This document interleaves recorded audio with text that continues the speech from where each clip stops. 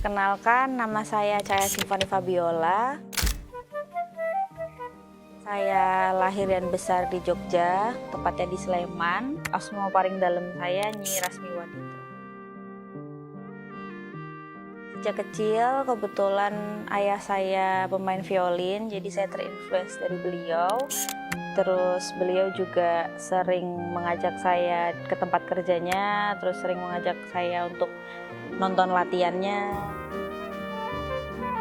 Memang diarahkan ke musik juga, terus juga hatinya ternyata lebih seneng kalau di musik. Kalau dari orang tua emang lebih banyak mengarahkan dan membuka kesempatannya di musik.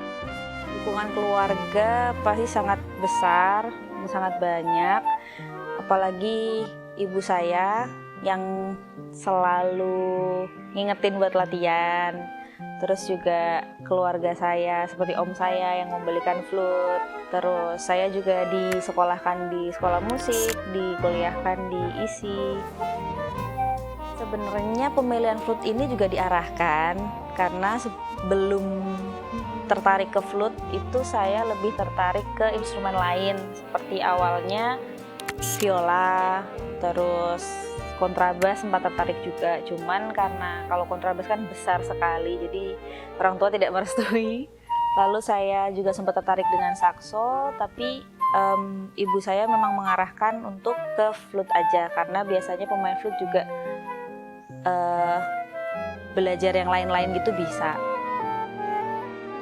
Musik kan sekarang lumayan banyak sih, karena kan ada musikan tuh ada yang orkestra, ada yang di brass ensemble gitu. Paling berapa ya? Kalau orkes itu sekitar 60-an, kemarin juga ada audisi kedua, mungkin 100-an lebih kali. Kalau pengennya itu karena saya pengen belajar banyak di sini, apalagi tradisinya, karena saya kan lahir besar di Jogja. Cuman memang dari kecil saya tidak diajarkan bahasa Jawa juga. Jadi agak ngerasa malu gitu kalau orang Jawa tapi nggak bisa bahasa Jawa. Terus tradisi-tradisi yang ada saya tidak tahu seperti itu. Jadi saya mau belajar di sini. Nah kebetulan saat saya semester 5 atau 6 ada audisi untuk Yogyakarta Royal Orchestra. Akhirnya saya coba audisi dan ternyata alhamdulillahnya masuk. Dari situ ada magang dulu 2 tahun sebelum menjadi abdi dalam. Setelah saya lalui, akhirnya saya jadi abdi dalam. Enggak, baru saya 21 dan 22 kalau nggak salah ingat ya. Ritual khusus paling biasanya sukengan. Itu semacam berdoa bersama sebelum menjalankan gladi bersih, general rehearsal, dan hari hanya gitu.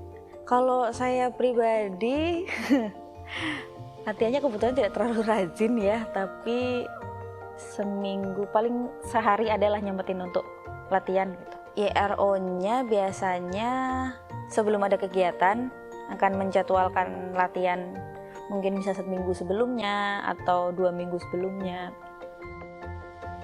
Kalau orkestranya biasanya memang udah ada acaranya sendiri. Kadang juga, jadi memang YRO bikin acara, kadang juga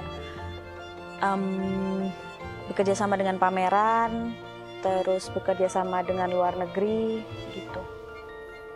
Syarat dan larangan mungkin lebih ke bagaimana cara kita bersikap di dalam, sopan santunnya, terus agemannya seperti apa. Kalau misalnya memang ada larangan untuk kayak misalnya kalau laki-laki tidak boleh pakai anting, ya antingnya dicopot. Atau mungkin jariknya harus jarik Jogja dan ada aturan soal jarik untuk masuk ke sini, itu juga dilaksanakan. Momen yang paling berkesan itu saat saya menjadi pemain solo flute saat acara Warawaditro 2024. Karena itu kali pertama saya diiringi orkestra, membawakan lir-ilir di pagelaran dan disaksikan oleh Sinun, GKR Hemas, dan keluarga. Itu paling berkesan. Pasti, pasti hilang. Sempet kayak apalagi waktu kuliah hanya sampai semester 4 untuk flute-nya.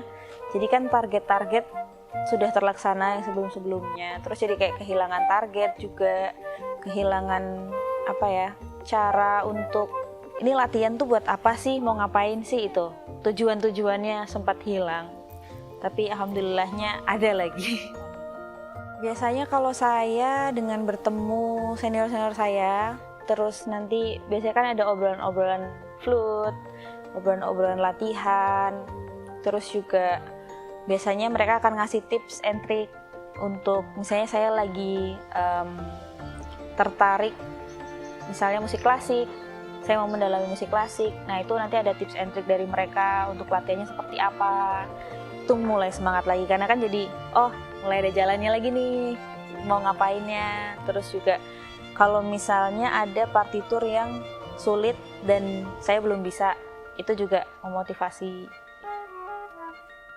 Sebagai pemain flute sih saya ingin membawa flute ini sampai ke luar negeri dan bergabung dengan orkestra-orkestra yang ada di sana.